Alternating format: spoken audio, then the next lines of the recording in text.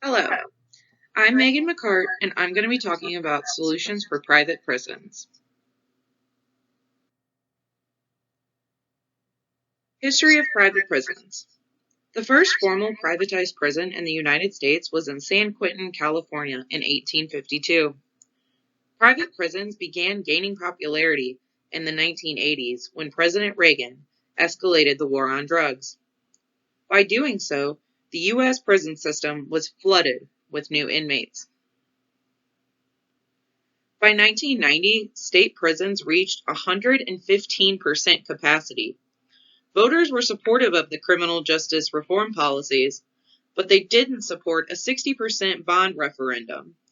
To fill in the financial gap, states turned to private companies.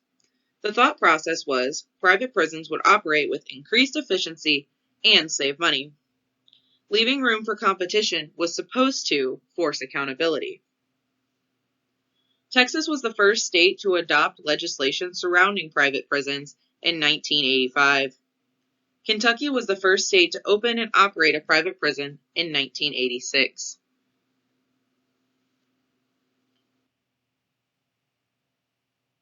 Problems and impact of private prisons.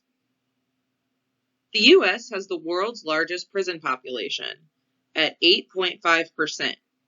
In the same vein, 73% of the people in immigration detention centers are in privately owned facilities.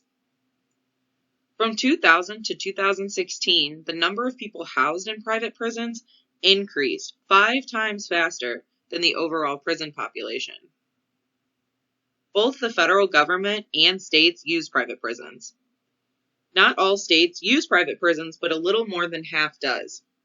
New Mexico and Montana lead the U.S. with 43% and 39%, respectively, of the prison population housed in private prisons.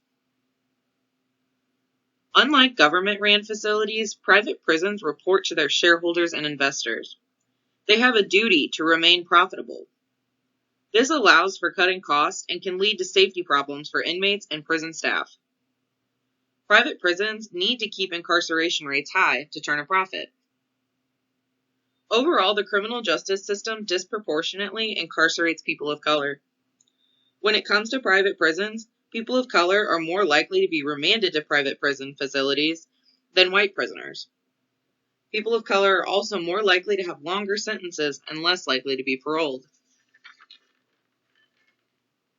Along with keeping incarceration rates high, private prisons tend to keep prisoners longer than government-ran facilities.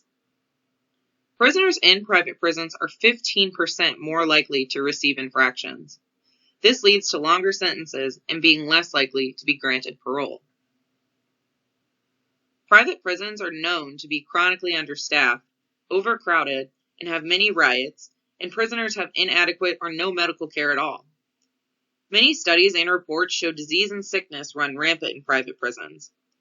Prisoners have been documented running around the facility during lockdowns as well. As you can see, there are so many issues with private prisons. So how do we fix it? The solution would be to not renew contracts with private prisons, and also not signing any new contracts with private prisons. Background. During the Obama administration, the federal government started to phase out the use of private prisons at the federal level. This policy did not end the use of private immigration detention centers. The Federal Bureau of Prisons was not to renew any contract of private prisons, or at least substantially reduce its scope. If we fast forward a little over a year later, President Donald Trump's Attorney General, Jeff Sessions, revokes the Obama-era initiative. With this decision, the Trump administration has played a huge part in putting private prisons in practice for the long term. Many new private facilities have since been built for the federal government and the use of immigration detention centers. The 3 companies that operate the federal-level private prisons had record-breaking profit margins under President Trump. If we fast forward some more, the Biden administration is now in office. On January 26, 2021, President Biden signs an executive order to not renew any contracts with private prisons. In the executive order, He says this is a result from private prisons being unable to keep inmates safe. Also, President Biden says that we should be focusing on rehabilitation and redemption of inmates, which private prisons do not. Although this executive order stops new contracts with private prisons, it does not address the private immigration detention centers, just as the Obama administration's initiative did as well. So where does that leave us? It's not a perfect solution. President Biden's executive order only applies to the federal government and not the states. As of now, only 11 facilities are under contract with the Department of Justice at the federal level.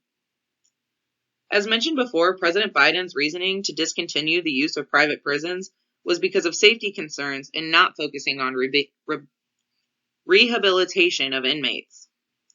The executive order does not sever the contracts with private prisons, it only prevents the renewal of contracts after they expire. In turn, it does not release any inmates or reduce sentencing. At least one contract was renewed under the Trump administration for 10 years. By the time expiration or renewal comes around for each facility, the laws and policies could be vastly different from now. The full impact of the executive order won't even go into effect immediately. It could take years to transfer all of the prisons to public institutions.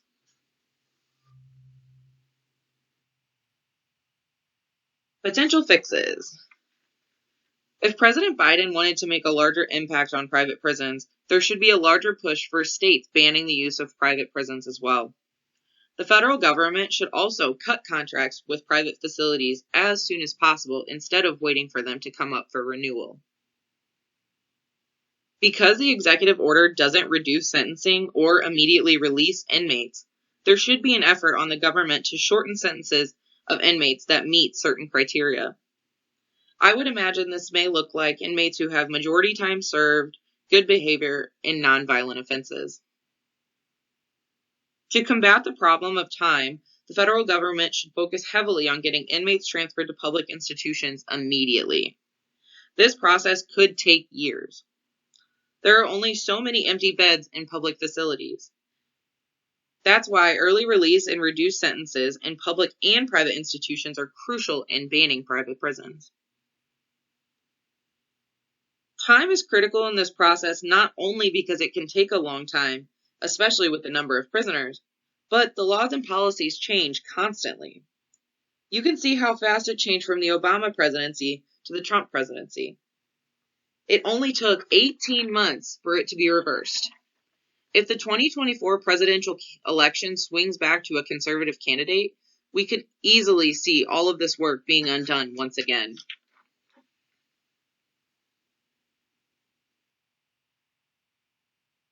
Additional comments. Biden's executive order is the first step to ending the inhumane and unsafe treatment of inmates. But it's not a total victory.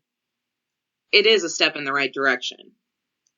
The Department of Homeland Security and the immigration detention centers need addressing as well. The majority of Department of Homeland Security and immigration detention centers are privately owned. This issue goes along with private prisons being banned, but it offers a whole new list of challenges as well. This process could get fairly expensive in multiple ways. Transferring inmates to public facilities means fuel costs, paying staff to move them and monitor them, housing for extended trips, food for long trips. It could take time and many transfers until all the inmates are out of private facilities. For any early release or reduced sentence inmates, this could mean court costs and legal fees on the behalf of the government and inmates themselves. This can also take a lot of time and resources. The U.S. court system is not totally known for being quick and speedy.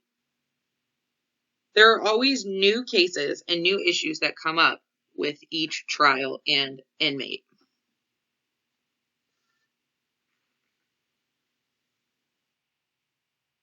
So let's talk about where social work fits in with this problem. This issue is a macro and meso level issue. Macro in the sense of the federal government, and meso in the sense of community-based jails and prisons, both private and public. New inmates could be brought into the public institutions, affecting overcrowding or overworking of prison personnel. Social workers work inside jails and prisons with inmates. They work on the side of helping within the prison and for when inmates are eventually released. If they're in the private sector, this could mean finding a new job if their facility shuts down. In public facilities, it could mean more inmates to work with, potentially burdening the social workers with too much work, especially if they're not hiring additional social workers.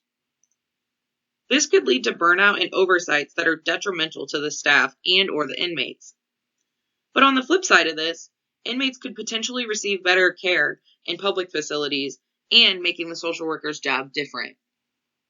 They can also focus on outside of prison resources for inmates instead of constantly dealing with issues inside the prison. As social workers, we're bound by the Code of Ethics to advocate those for who need it. Inhumane treatment of inmates definitely falls under that category.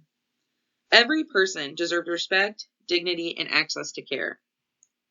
Social workers need to be on the front lines fighting for this issue.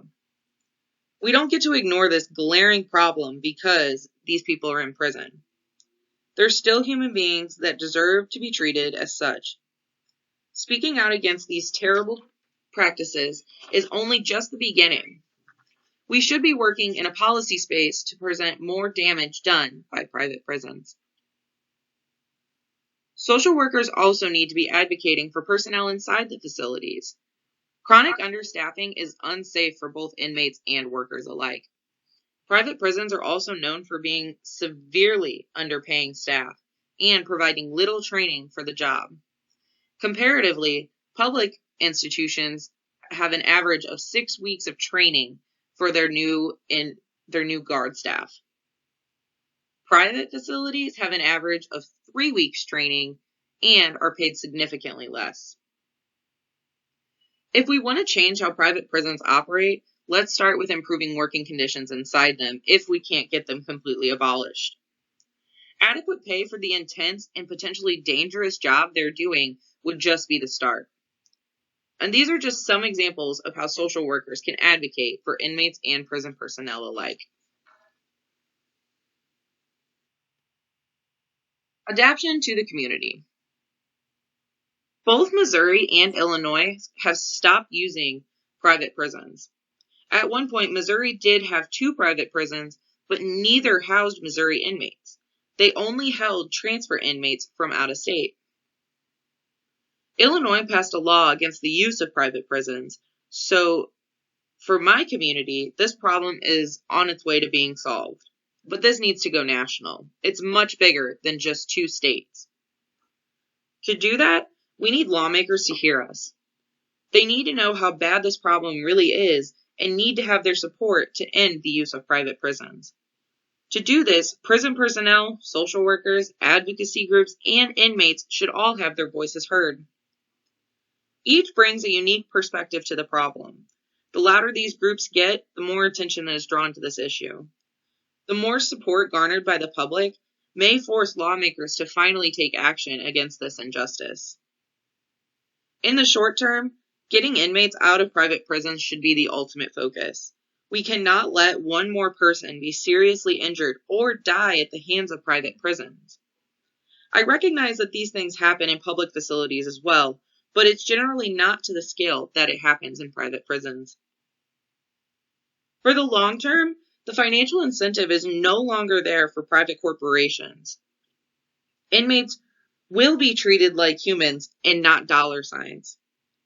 Without the financial incentive, these companies disappear from the game. So in conclusion, private prisons are severely detrimental to our society in many ways. We cannot let one more person be at the hands of these private prison corporations any longer. If we take a stand now, we have the opportunity to move forward in this glaring problem in our society. It doesn't just affect people in prisons or social workers in prisons, it affects us all. We should be focusing on redemption for people and have opportunities for them to be successful outside of prison. It's not just about getting private prisons abolished. It's about changing the way we all think of prisons also as a society. These are my references.